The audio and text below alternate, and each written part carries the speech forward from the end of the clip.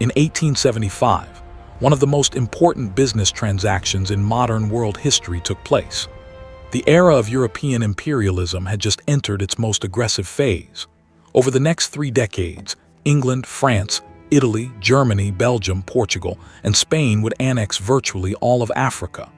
England, of course, already had a vast empire, the centerpiece of which was the British Raj, a vast territory spanning modern-day India, Pakistan, and Bangladesh.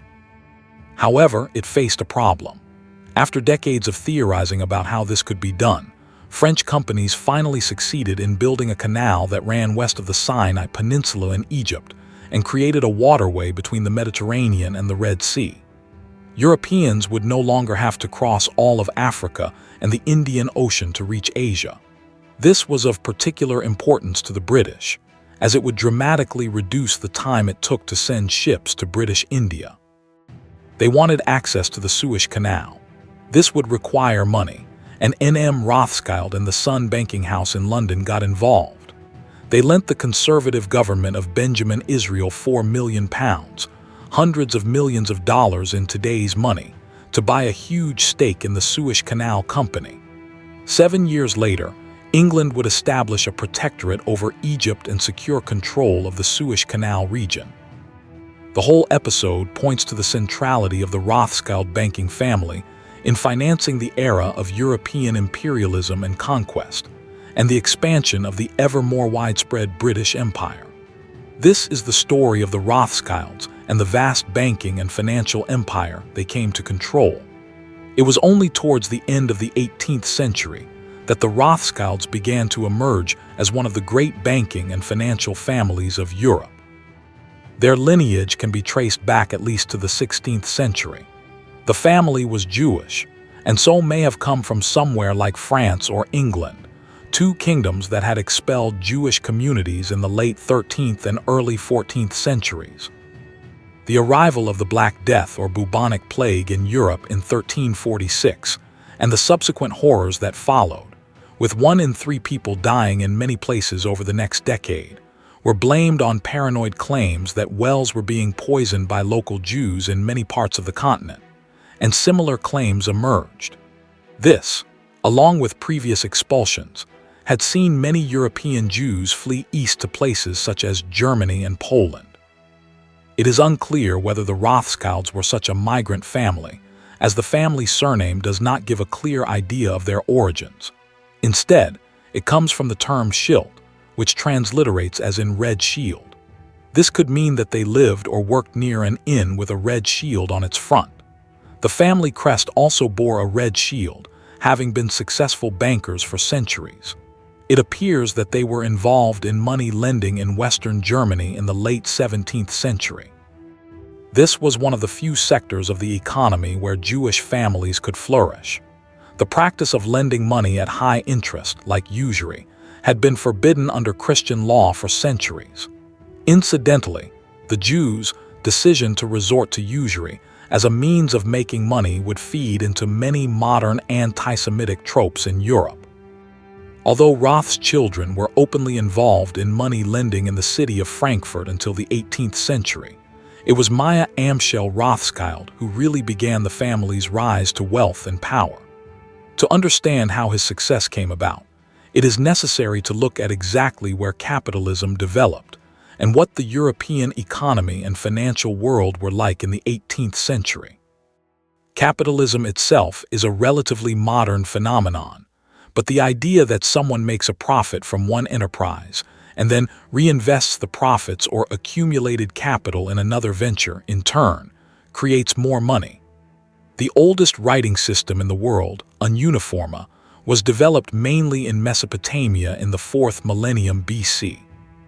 On clay tablets, it is written who gave whom bushels, wine jugs, etc. Trade has always been the lifeblood of civilization, but over time it has become more sophisticated. Coins were produced by the Greeks and Romans. By the time we reach late medieval Italy, there were banking houses that issued letters of credit to people in other cities, authenticated by wax seals on their bills of exchange and letters of credit. It was then that capitalism emerged in the 16th and 17th centuries. It did so in a very small regional area, mainly a triangular trade based on the cloth trade between London, Antwerp, and Amsterdam. The name of the Low Countries, which we would call the Bourses, first appeared in the cities of Bruges and Antwerp. London and Amsterdam followed suit in the second half of the 16th century. Around the same time, merchants in these cities began to form joint stock companies through which individuals could invest in their trading expeditions. Finally, in 600 and 602, the Dutch East India Company and the English East India Company, which are called the world's first corporations, were founded in London and Amsterdam. Here all the instruments of capitalism were born. The opportunity to make speculative investments in banks, stock exchanges, corporations, and companies. While all of this heralded the beginnings of capitalism to some extent, Europe did not become a capitalist continent overnight. The economic orthodoxy that dominated the continent in the 17th century and most of the 18th century was the concept of mercantilism. It held that world trade was limited in quantity. It was impossible to grow it all, and so each nation had to compete with others to get a bigger slice of the pie. For example, the most profitable trade in the world at that time was the import of spices such as pepper, nutmeg, and cinnamon from the East Indies to Europe.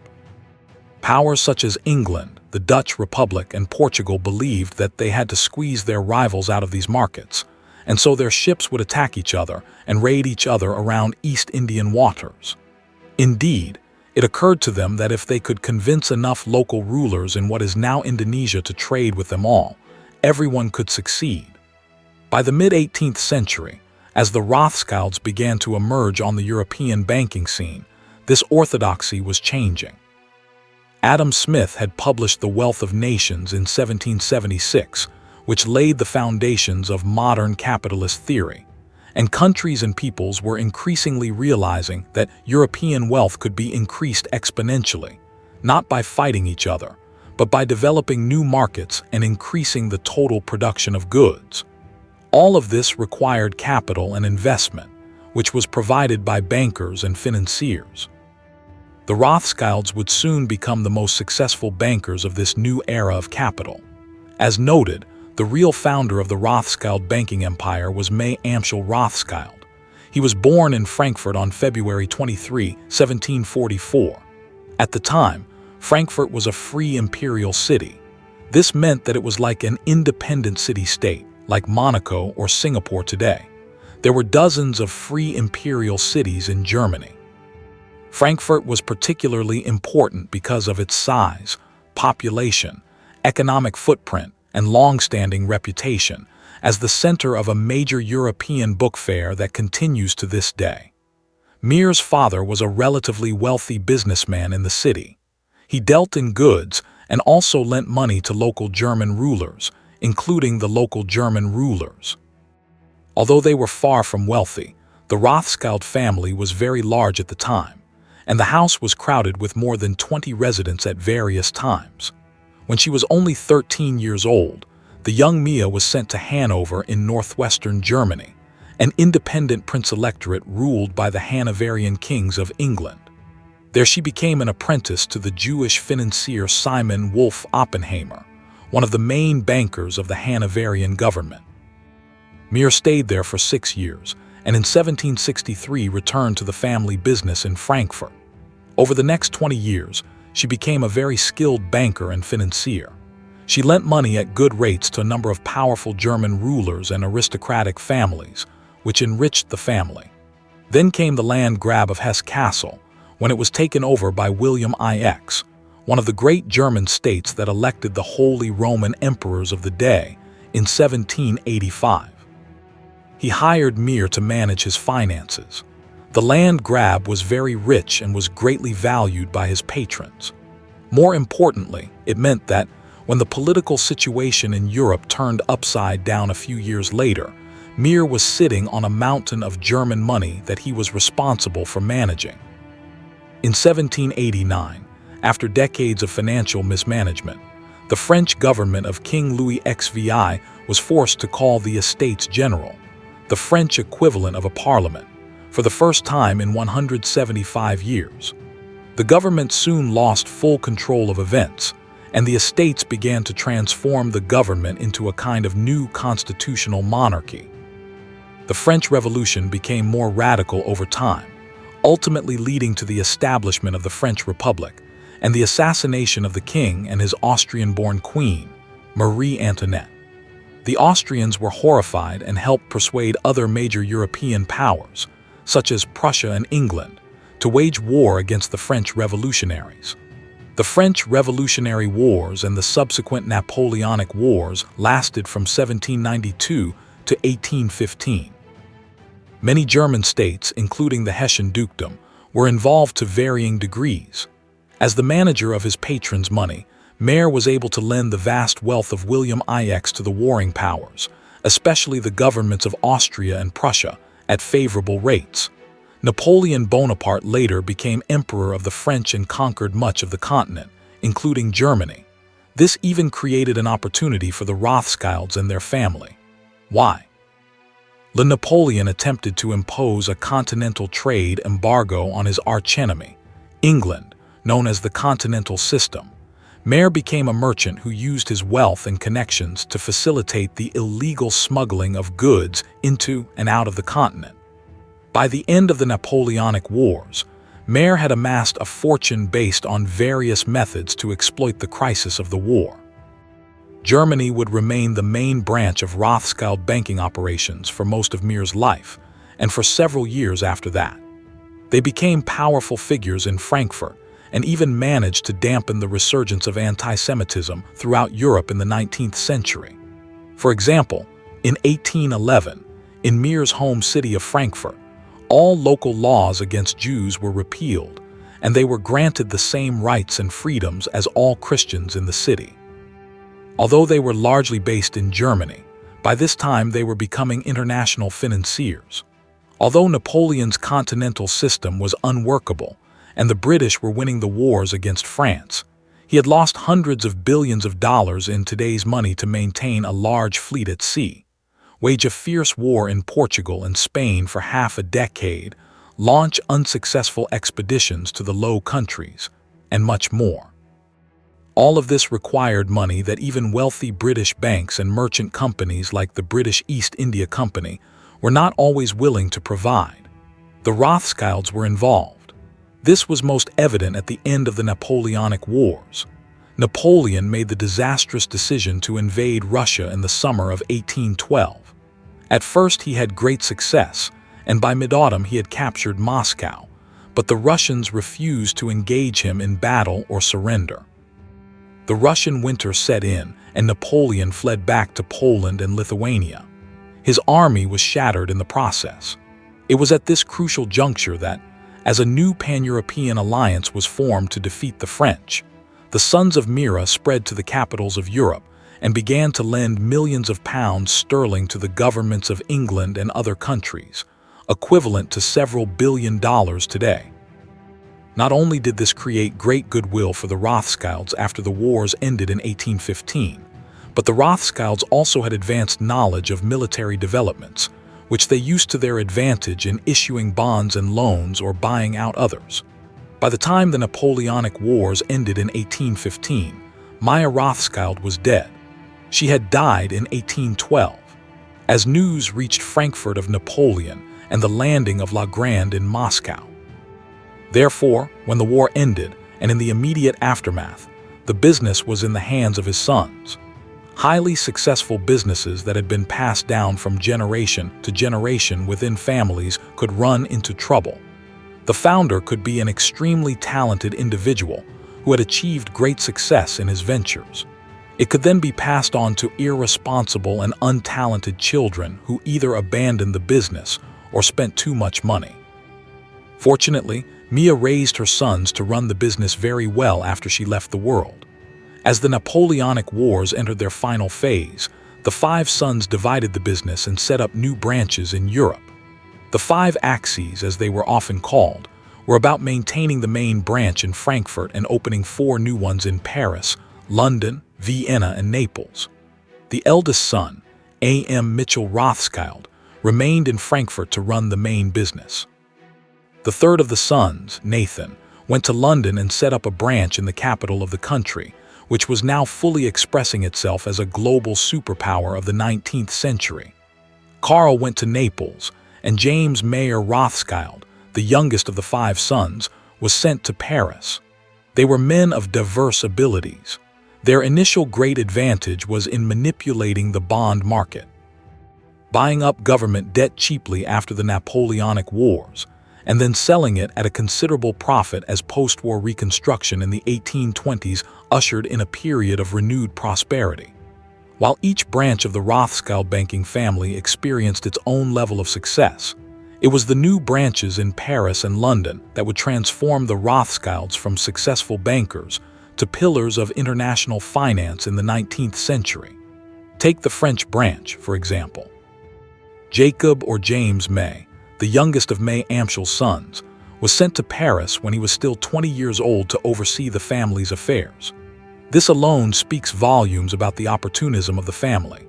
The Rothschilds had been providing money to Britain for years in its wars against France, and they also helped finance Napoleon's bold efforts to defeat the Russian Empire and gain additional territory in Eastern Europe.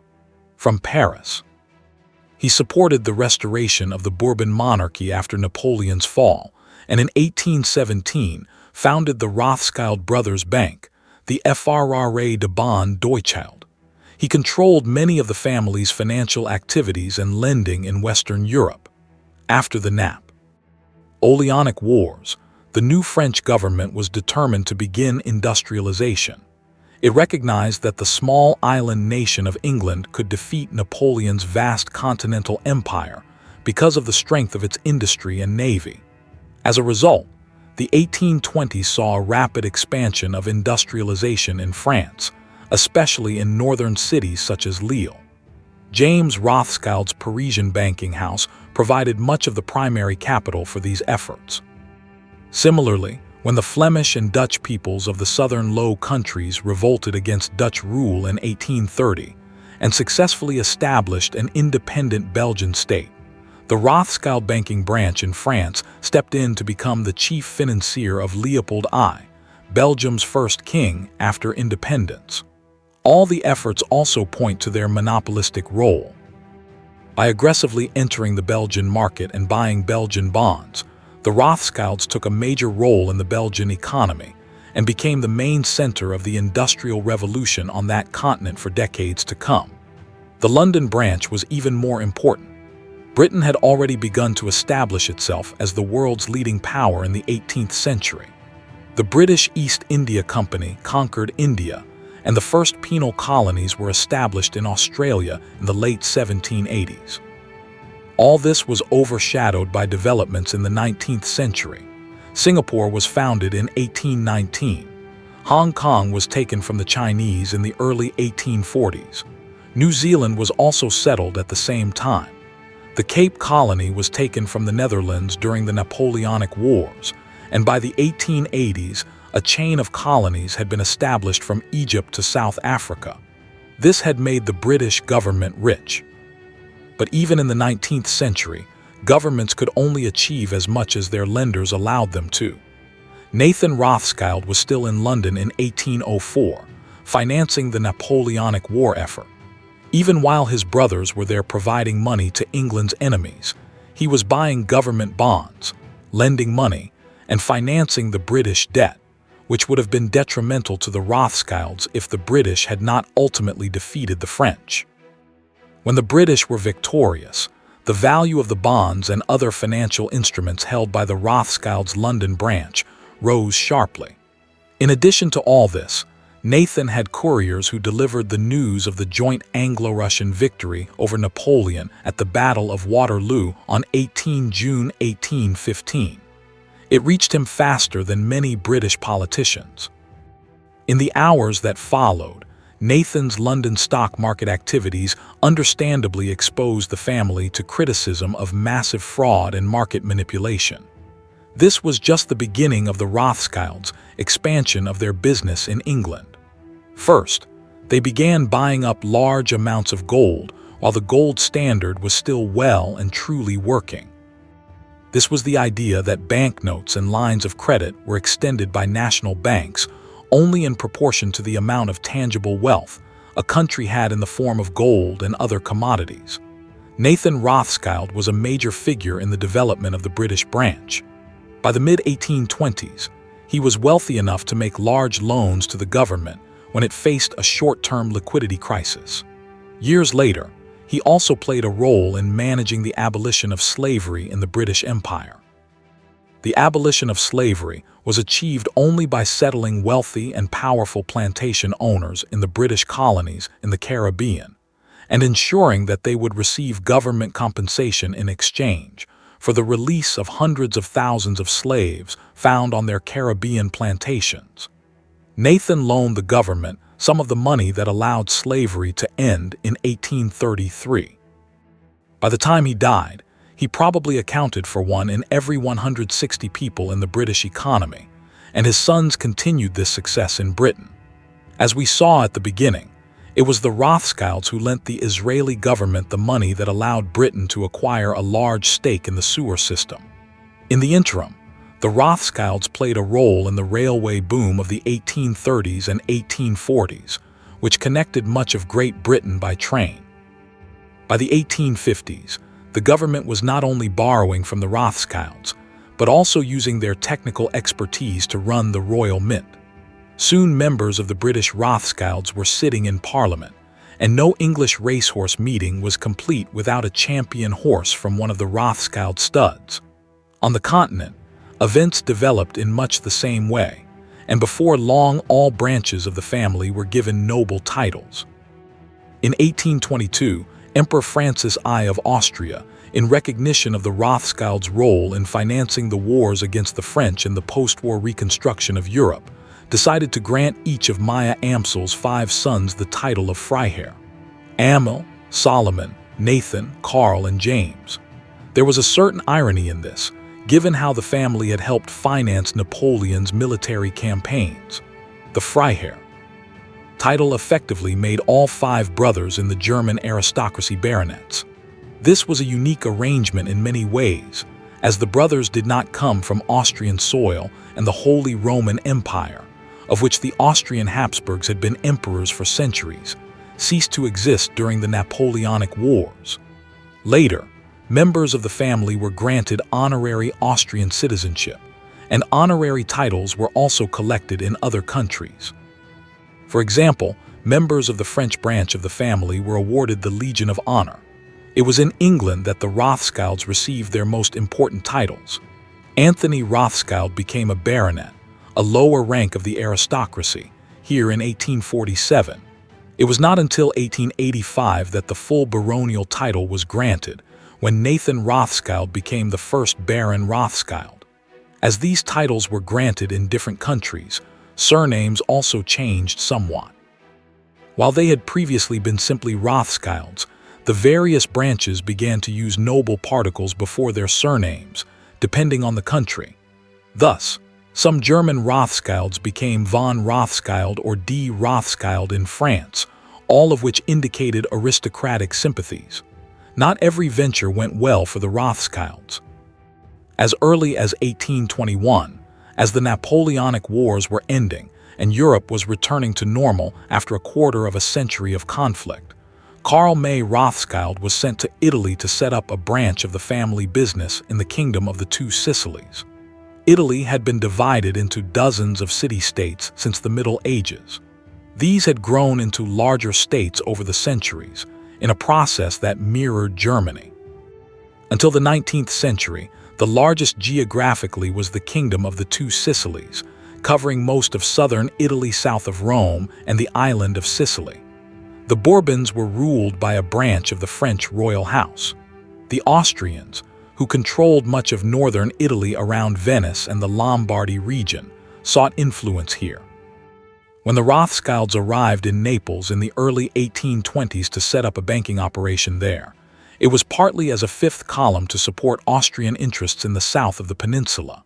Thus, for several decades in the 1820s, 1830s, and 1840s, the Rothschilds sought to use their banking activities and wealth to influence the politics of Naples and the lands they controlled. The Bourbon rulers were more than aware of the Rothschilds' designs. However, they often needed their financial support to govern a kingdom that was already one of the poorest in Western and Southern Europe. It was wider European events that ultimately ended the Rothschilds' influence in southern Italy. The Second Italian War of Independence of 1859 was quickly followed by Giuseppe Garibaldi's 1,000-man expedition to Sicily. In a miraculous campaign throughout 1860, he conquered the kingdoms of the two Sicilies, and Italy was largely unified under the rule of King Victor Emmanuel II of Sardinia. The Rothschilds, tarnished by their ties to the Austrians, found it difficult to maintain a strong presence as financiers in Italy thereafter. The collapse of the Neapolitan business was a minor blow compared to the family's prosperity and the way they influenced events elsewhere.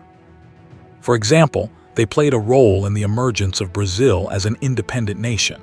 In 1494, Brazil became a colony of the Kingdom of Portugal as a result of the Treaty of Torres. The Portuguese paid little attention to this vast landmass and its dense rainforests for 2 centuries until the gold rush began in the 1690s.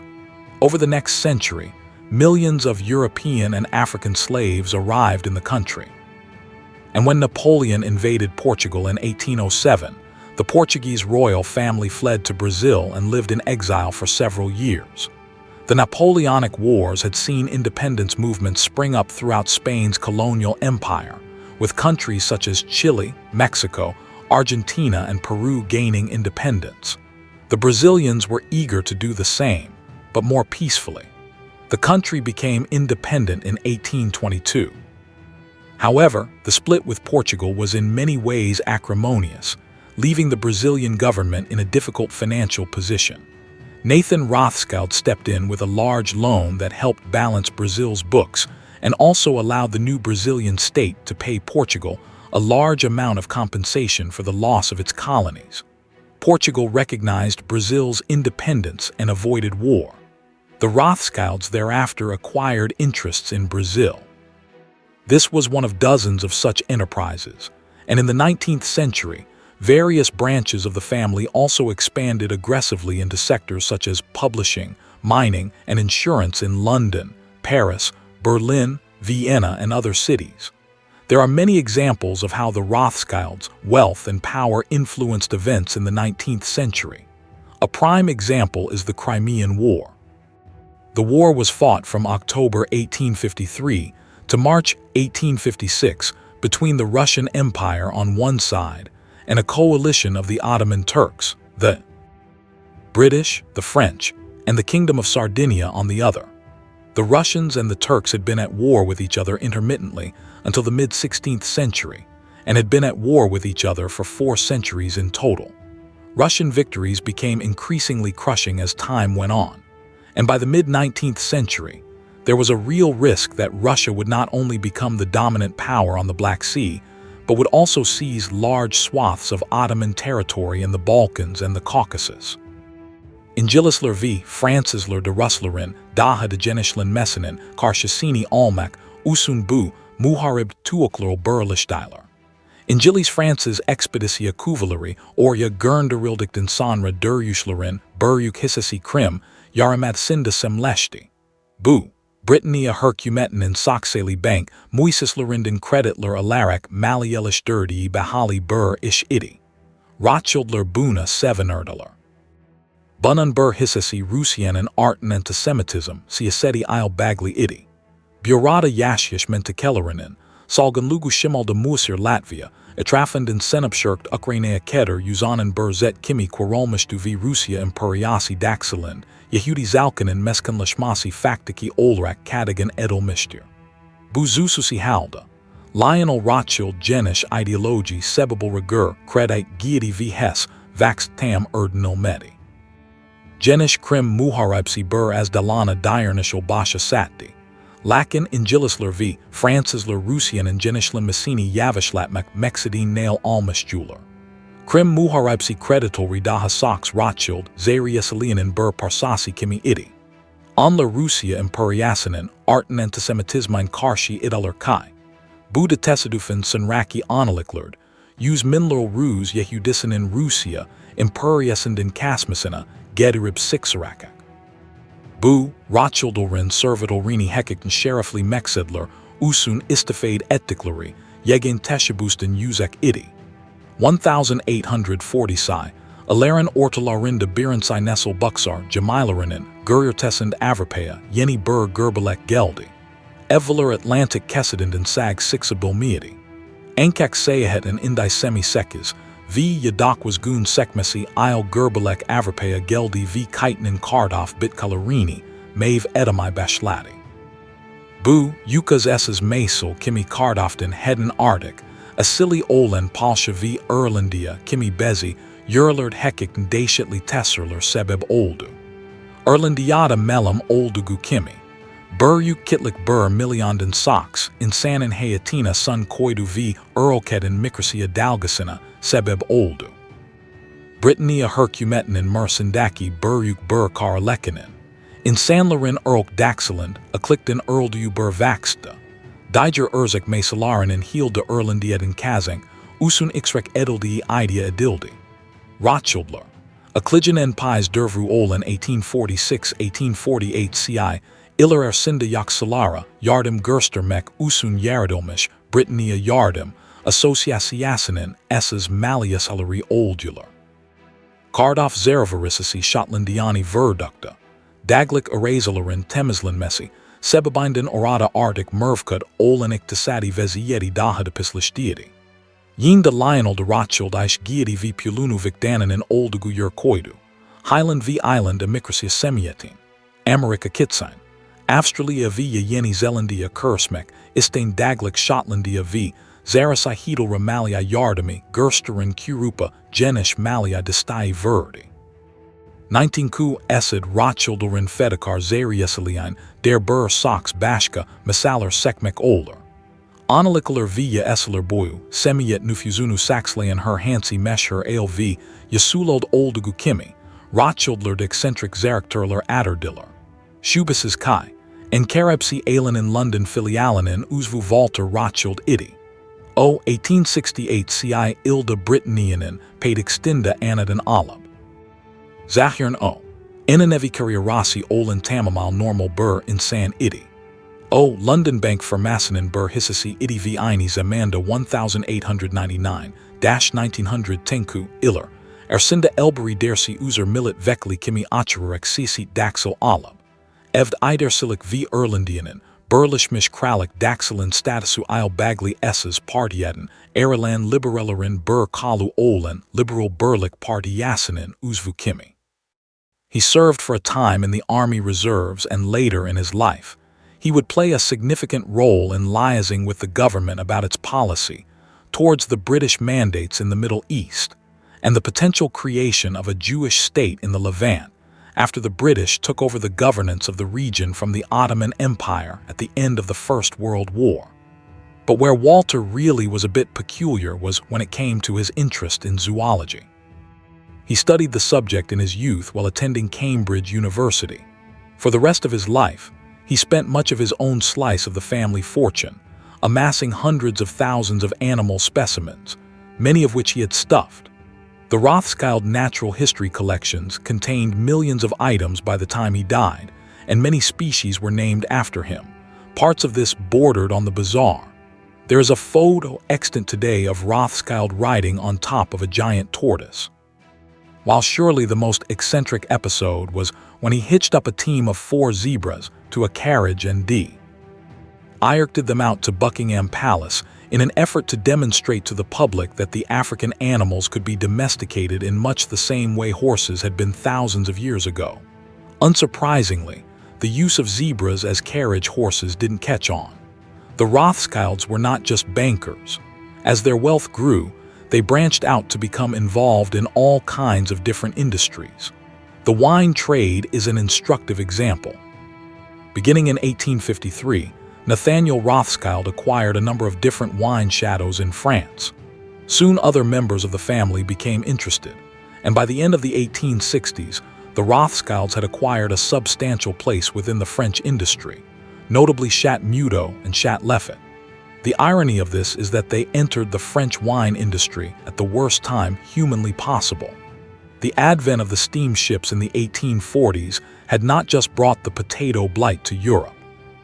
It also allowed for the arrival of the aphid that carried the phylloxera virus, something which over a number of years absolutely destroys vineyards. Thus, the Rothschilds became involved in the French wine trade just as vineyards all over France were beginning to rot away and die. It would take until the 1880s before the solution was found by grafting American vine rootstocks onto the vines of European grapes, providing immunity in the process from phylloxera. Many French winemakers lost everything as the wine trade collapsed in the 1860s and 1870s. It's a sign of the wealth of the Rothschilds that they not only survived, but managed to expand their presence. To this day, the Rothschilds continue to play a major role in the wine trade around the Bordeaux region of southwestern France, and Château-Lafite is one of the world's most iconic wine chateaux. There are times in modern history when governments and pillars of the financial world turn in desperation to others for loans. For instance, during the Panic of 1907, an economic crisis which hit the United States early in the 20th century, the Wall Street stock market was so badly impacted that J.P. Morgan had to step in with a consortium of bankers to stabilize the market. In 2008, Lehman Brothers and other banks turned to Warren Buffett and other investors to try to acquire emergency liquidity to save their financial houses. Buffett refused after examining their books. In the 19th century, the Rothschilds were the port of call in Europe. The Austrian government was in big trouble financially by the mid-1860s. After the series of revolts that struck Europe in 1848, Hungary had very nearly acquired independence from Austria. The government in Vienna responded by effectively placing Hungary under military occupation from 1849 onwards. This combined with the cost of wars in northern Italy, and eventually, the Austro-Prussian War meant the Austrian government was nowhere near able to meet its day-to-day spending. The Rothschilds stepped in on several occasions to give the government in Vienna millions of pounds worth of loans to remain afloat. This continued beyond the Austro-Prussian War of 1866. The loans could not be repaid, and eventually, having exhausted all other options, the Austrian government agreed to end the occupation of Hungary in 1867, and the Austrian Empire was transformed into the dual monarchy of the Austro-Hungarian Empire. It's a sign of how central the Rothschilds were to not just European finance, but the continent's politics at the same time. A few years later, the Rothschilds were also involved in the reconstruction of Paris. After its successive wars against the Danes and Austrians in the 1860s, the Prussians had gone to war with France in 1870 and managed to unite most of the German states, barring Austria, into a new German empire. Paris was laid siege to in the midst of the Franco-Prussian War, and the city was left devastated in 1871. The Rothschilds were one of the main backers of the new Republican government, which not only managed to rebuild Paris in the aftermath of the war, but turn it into the cultural capital of the continent. All the while, the French branch of the family was also acquiring a huge stake in industries such as the French railway system that was spreading out from Paris to connect the whole of the country. The foremost new business engagement of the family, however, in the late 19th century, was its involvement in the diamond mining industry in southern Africa. The British colonies around the Cape, along with the Boer colonies and various native Zulu kingdoms, had been in conflict with each other for decades through the middle of the 19th century. What really changed matters was when huge diamond and gold mines were discovered in the Kimberley region. Seal Roads is most closely associated with the development of British colonial strategy across the south of the continent thereafter. But the Rothschilds were actually the largest investors in what became the De Beers Mining Company.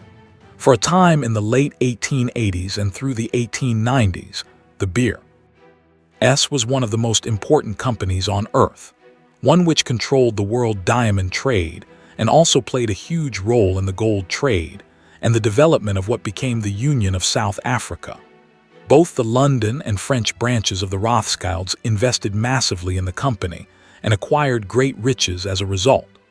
The next time you think about the diamond trade in late 19th century South Africa, remember that Cecil Rhodes was the face of it, but the Rothschilds bankrolled it. The Rothschilds were Jewish, and as a prominent Jewish banking family, especially in Britain, they began to favor a range of Jewish causes with their money. In the second half of the 19th century, there was a major resurgence of anti-Semitism in Europe around this time, fueled in part by the growing scientific racism of the age, which tried to argue that Caucasian Europeans of Germanic and Nordic heritage were inherently superior to other races. In other areas, it focused on tropes about Jewish people trying to run Europe and the world from behind the scenes using their wealth and power. Unsurprisingly, the Rothschilds became common targets of this growing anti-Semitism. As it escalated, the idea of creating a Jewish homeland back in the Levant, which the Jewish people had been driven from over a period of centuries, owing to persecution by the Babylonians, Suezids, Romans, and Arabs, emerged. Alphonse Rothschild, the senior French member of the family, was an especially keen supporter of the Zionist movement as hundreds, and then thousands of Jewish people from Europe began to settle in the Holy Land, which at the time was still ruled by the Ottoman Empire. Another family member, James Jacob de Rothschild, financed the creation of one of the first major Zionist settlements in what would later become Israel, Rishon, a southern suburb today of Tel Aviv.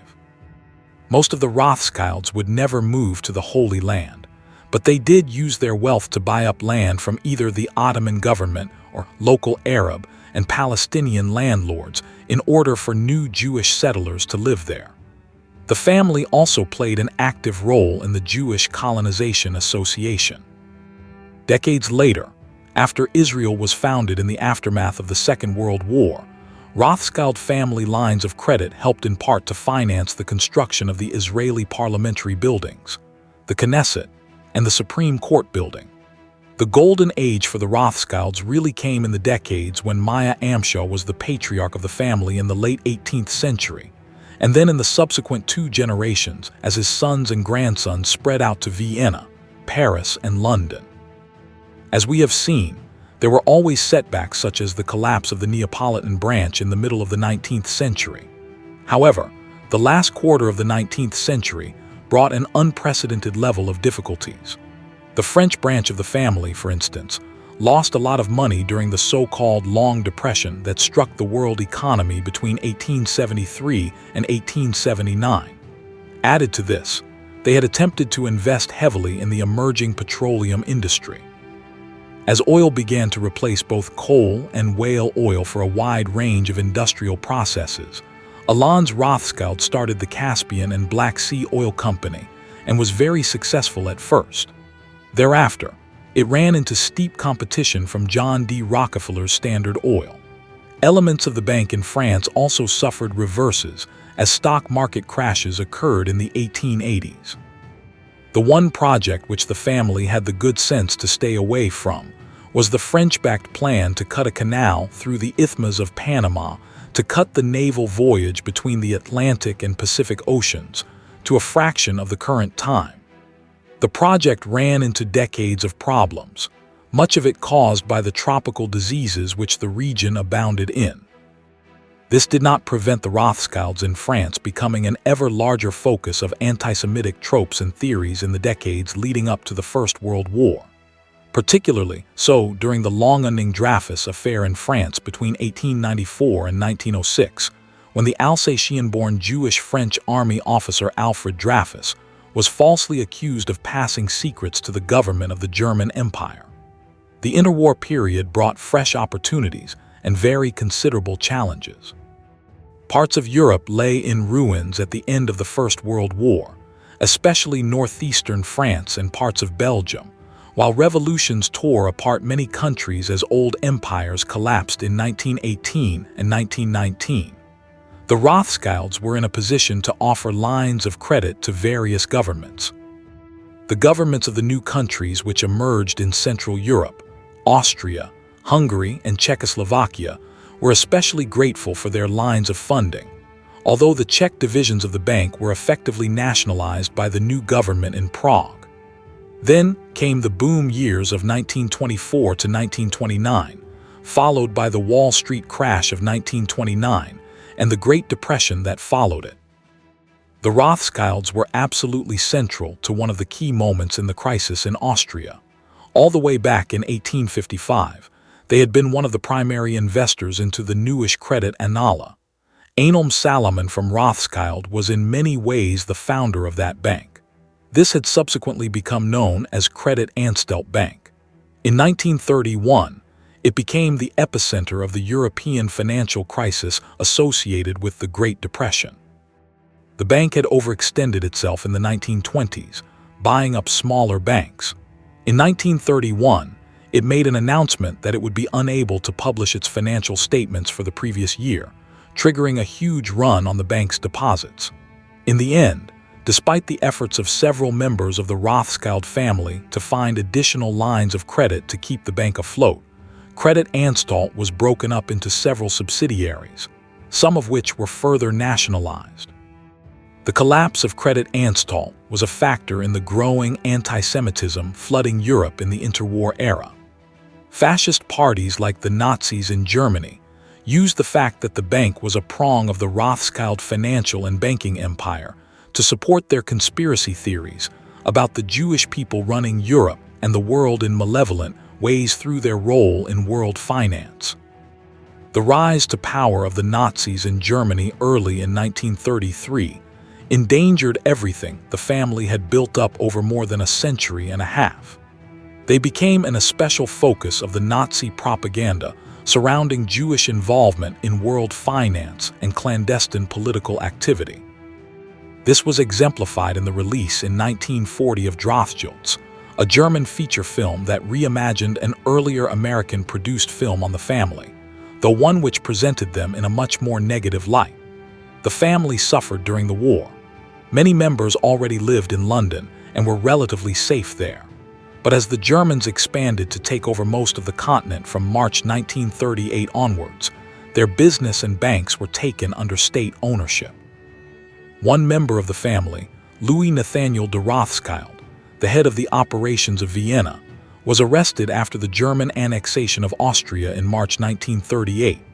He was kept under house arrest for months, though he survived the war and most members of the Austrian branch of the dynasty had absconded over the border into Switzerland in advance of the Nazi occupation.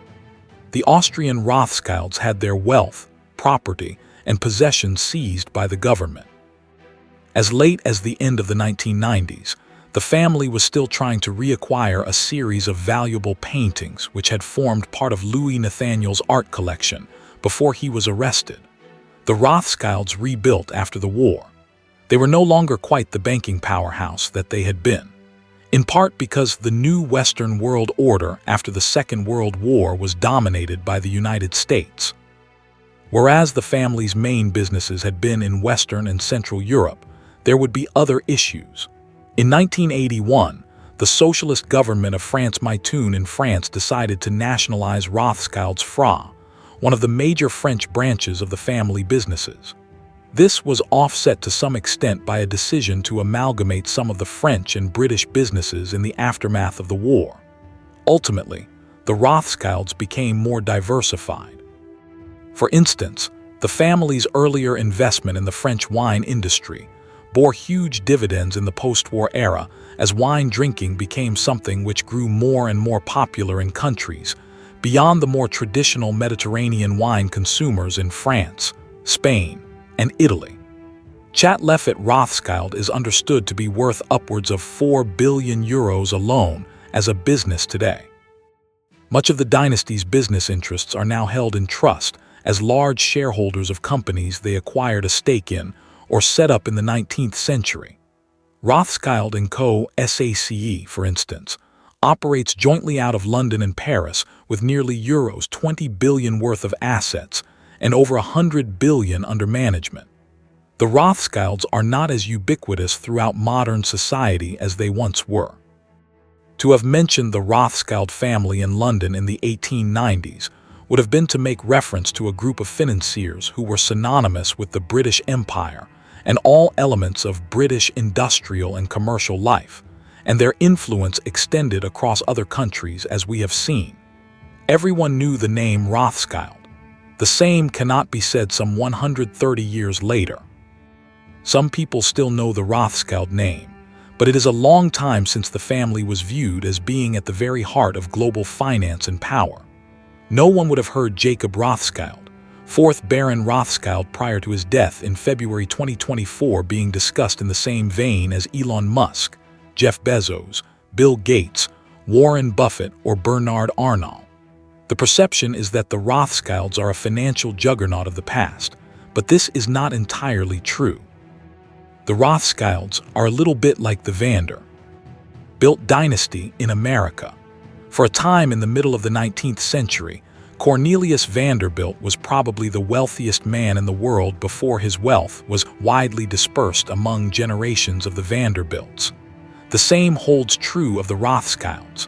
There is no one member of the family today who holds hundreds of billions of dollars. But members of the family continue to hold vast sums of money and substantial stakes in companies ranging from mining operations like De Beers and Rio Tinto to many others.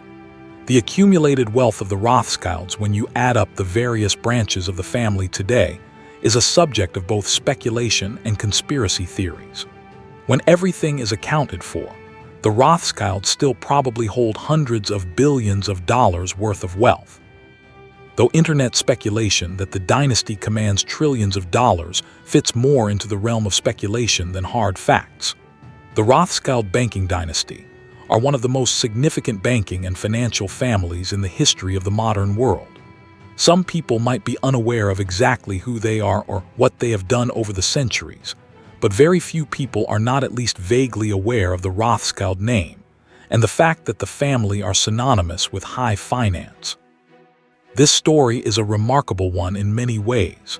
It all began with Maya Amschel Rothschild getting a leg up as a financier in Western Germany in the second half of the 18th century. As with all great success, pure luck played a major role thereafter. The French Revolutionary and Napoleonic Wars provided opportunities for the family to make money. They did so very shrewdly by betting on both sides. Members of the family were in both London and Paris, offering loans to the British government and Napoleon right up until the Battle of Waterloo in 1815. After the wars, they continued to expand and were some of the largest providers of capital to European governments and businesses during one of the most important eras of human history, when the age of imperialism, the first age of globalization, and the advent of the Second Industrial Revolution transformed the world, often with Rothschild financing behind it. And yet, like all the enormously wealthy individuals who achieved so much success during this period, the Rothschilds felt they had a responsibility to give back and use their wealth and power for the greater good. Whether in trying to shelter their fellow Jewish people from anti-Semitism in Europe, or provide poor relief to the Irish and Scots when the potato famine and the Highland clearances caused such suffering in those regions in the 1840s and 1850s. The Rothschilds operated with a social conscience. They are still very much around, though operating in a far less obvious manner today than they did a century and a half ago. When one looks to understand the expansion of the world in the second half of the 19th century and the advent of global industry, banking and trade, they are in many ways looking at the story of the Rothschilds, a banking and financial dynasty that shaped the modern world to a huge extent. What do you think of the Rothschild family? Were they one of the most dynamic and successful family of bankers in the world? Or were they very lucky in terms of the manner in which their immense wealth was initially built up because of the Napoleonic Wars? Please let us know in the comments section. And in the meantime, thank you very much for watching. Yeah, Billy.